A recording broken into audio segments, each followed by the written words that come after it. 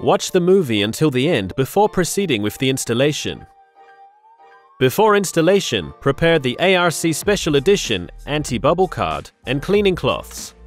Put the telephone on a flat and preferably non-slippery surface.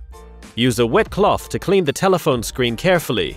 This will ensure perfect adhesion of the ARC Special Ediion film to the screen.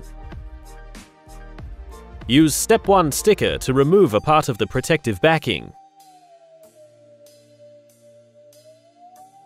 Hold the two transparent pads and align the protective glass with the camera and loudspeaker openings.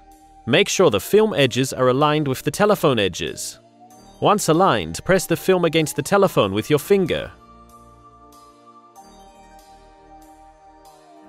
Use a dry cloth to clean the remaining part of the screen again. Once cleaned, fold the film as shown in the movie until you see that the protective backing has become detached. At the end, you can carefully pull the remaining backing away. Wrap the dry cloth around the anti-bubble card and carefully push out the air bubbles. Finally, remove the protective layer. Avoid sudden movements and do not press the anti-bubble card excessively against the film.